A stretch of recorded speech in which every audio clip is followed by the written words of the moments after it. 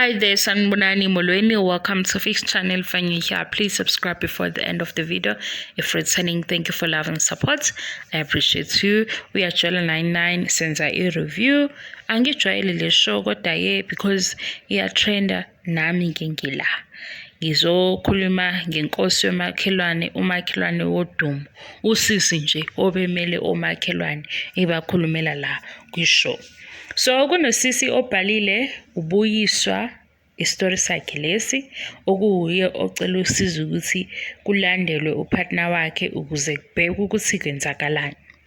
Nayi into engiyinake isikhathi esiningi thina bosisi uma usunezinto eziningi ozibalayo uqala nje ngokuthi indaba yama-phone calls seniyazibana ne-WhatsApp nayo nokunye nesikhathi zaqala lezo zinto wazibala zabaningi usuke nje usudinga ukuconfirm ukuthi lokhu okuzwayo kuyiqiniso ilapho ngoba usuke ubona ukuthi hayibo ayihambi phela lento ngoba mayihamba uyazi ukuthi ufila kanjani mayisuke iyiyona mase kuqala senokuzibana umuntu senesikhathi esiningi namajita kanti wena ukuphika empilweni yakhe mase kunjalo into engisuke ngiyibona futhi nosisi ke naye ubhalile la kwishow ukuze ezoqinisekisa lokho akusolayo hayi futhi akusolayo akwazi ngoba uyakwazi umuntu bayikuthanda uyabona ukuthi hayi lolu uthando uba kungaselo uthando sekuyinto nje ukuthi sowulandela abantu abaningi ukuthi nike nimbone yini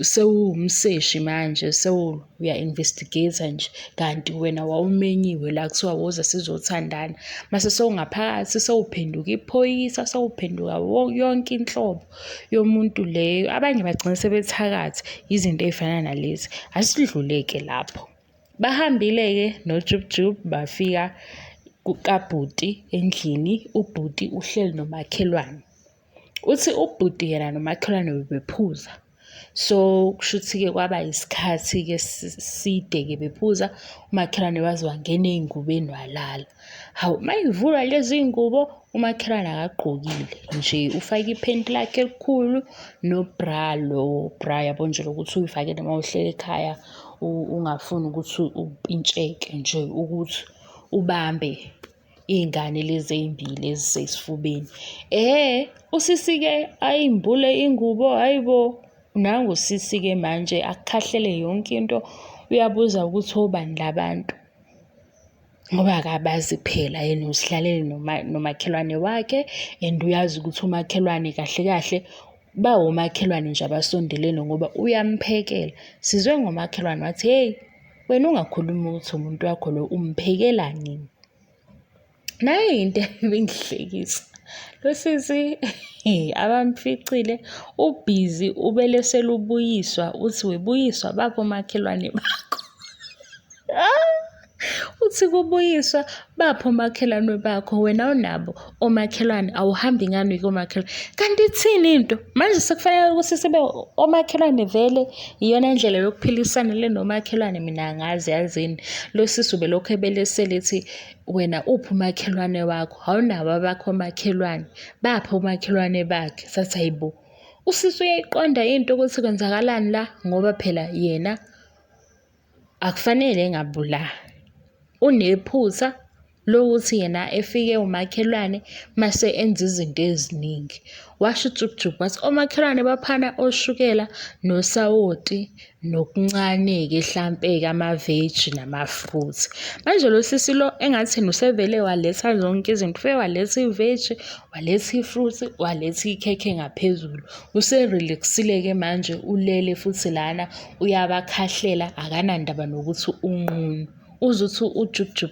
hayibo musuku uyiveza kakhulu impahla guys ngiyaxolisa ngokuhleka ngiyaxolisa nje ukuthi ngizoba isilima kule video ngizoba toxic because lo sisi bengam-understand mina ngizwile ukuthi ishow kuthiwa vele kuba nesivumelane ishow i-scripted or i-staged noma kunjalo phela kodwa hawu lo sisi uzotrenda ngokuba nqunu nje nayo yonke lento ade eyisho lo bephindaphindile hamba wena ukumakhelwane wakho wena uphi umakhelwane wakho cabanga lo uze ukuzobheka upartner wakhe uzotshelwa umakhelwane kapartner ukuthi nawe hamba uyoyisiza komakhelwane bakho, hambisa ukudla nawe upheke khona umwashele. Nawu-ke umbuzo-ke ohlalile-ke ukuze ubone nje ukuthi abantu uma bethandana kahle kahle ibona baphoxanayo bobabili ngesenzo somunye. Ngoba uthi lo sisi uma eyindoda yakhe, pho ulala kanjani nami? Eyi umbuzo lokuthi bhuti, mawuthi lo uyomthandayo, ufunani pho kumakhelwane? Umakhelwane aze ngene ngaphansi kwey'ngubo akhulume zonke lezi ndaba eseyikhuluma ngomakhelwane. Une-information eningi, uyazi ukuthi kupheka yena. Shuthi uyithatha khona la iy'ndaba apheke, benze konke, aphinde azophuza naye la. Shuthi lo makhelwane umgadile lo bhuti, noma bayathandana nje ayikho le yokuba umakhelwane, okusho ukuthi asiyazi into yabo bathandana uthando olunjani. Ngoba nangisethi-ke asihlukane, sebehlukana ngoba sekukhona amakhamera. Sonke lesikhathi usisi ade emzibile, ubuyiswa, ubengabuyeli kuye, engakhulumi naye ku-WhatsApp.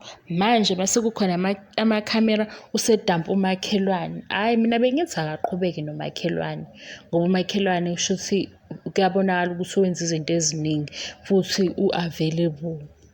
Ngapha usisi naye akathola umuntu o-right nje ozoba yilento naye afisa ukuthi ayithole othandweni, ngoba le yenziwa ubhuti wrong.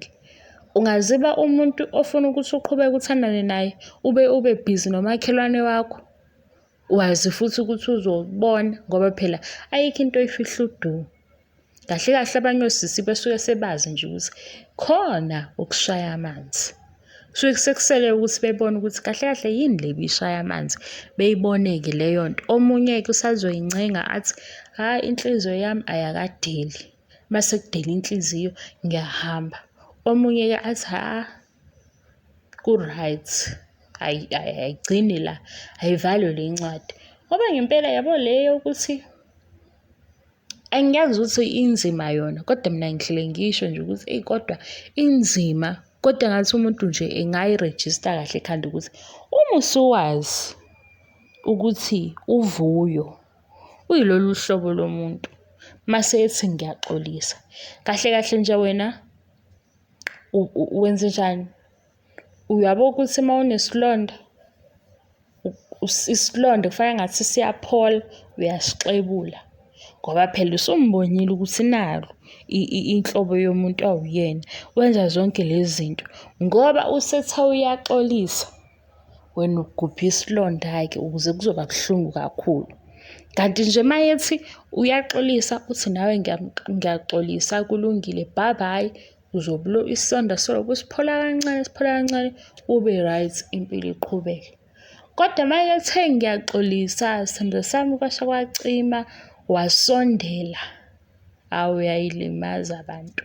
Kodwa-ke hhayi bengazeli ukuzokhuluma iy'ndaba zenu, nani niyazi nihlele nisho ukuthi hhayi phela akunandaba, phela ngiyamthanda, akunandaba vele kuzolunga. Kolobu ukulunga nje. Ugcine nawe usunamahloni ukutshela abantu ngoba uyazi ukuthi kahle kahle uyabona ukuthi kwenzakalani, kodwa awufuni ukwamukela. Ngingazi ukuthi mhlampe ikhona into eyenzakalayo engqondweni kumuntu eyenziwa yilo muntu lo asuke athandana naye, ngoba omunye usuke ebona ukuthi hayibo lo muntu uyangihetha, kodwa athi uyaxolisa, sesi-right. Baningi-ke right, sharp.